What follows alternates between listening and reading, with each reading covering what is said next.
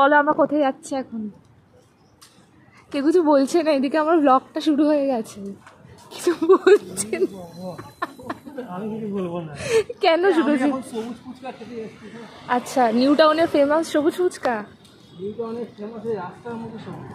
রাস্তার মতন সবুজ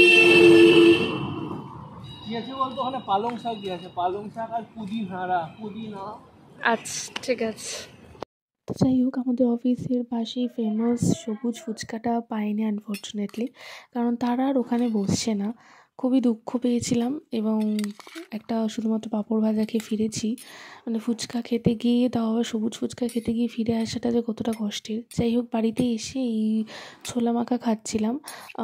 মা সরস্বতী পুজো হয়ে গেছে অনেক দিন, তো ওখানে ছোলা বুট দিয়েছিল মা ছিল, মা বললো যেগুলো সেদ্ধ করেছে। আমি বললাম দাও তাহলে, আমি একটু পেঁয়াজ লঙ্কা দিয়ে মেখে খাই, কারণ ছোলা মাখাটা আমার অলওয়েজ ভালো লাগে ট্রেনে উঠলেও। তো তাই জন্যই এখন বসে বসে আমি ছোলা মাখা খাচ্ছি। কোথায় সবুজ ফুচকা আর কোথায় ছোলা মাখা, তার মধ্যে মাথায় শ্যাম্পু ট্যাম্পু করে নিয়ে হঠাৎ করে অফিস থেকে নামার পথে একটা উড়ো ঝড় এসে আমার চুল পুরো ধুলোয় ভরিয়ে দিল। তাই সন্ধ্যাবেলায় শ্যাম্পু ট্যাম্পু করে এখন আমি বসে বসে ছোলা মাখা খাচ্ছি।